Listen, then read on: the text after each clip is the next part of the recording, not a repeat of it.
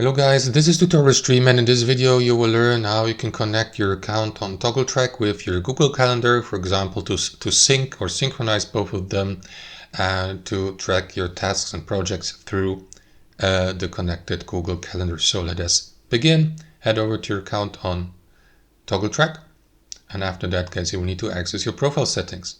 To do that, click into profile icon in the bottom left. Make sure that you're logged in with the account you would like to use for this. Select Profile Settings. Here, scroll down to External Calendars and select one of the available ones. For example, you can go with Outlook or Google Calendar. Click into Connect here if that's the first time.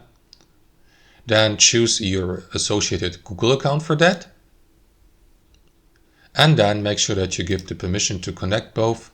As you can see, here Google will ask you for confirmation that you want to grant Toggl Track additional access to your calendar. Click into Continue. Wait for a brief moment. And as you can see, guys, the calendar.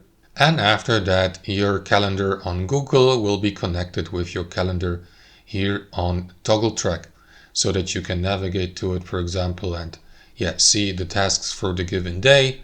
And that's how it works, guys. Thanks for watching. Hope you enjoyed it, and until next time.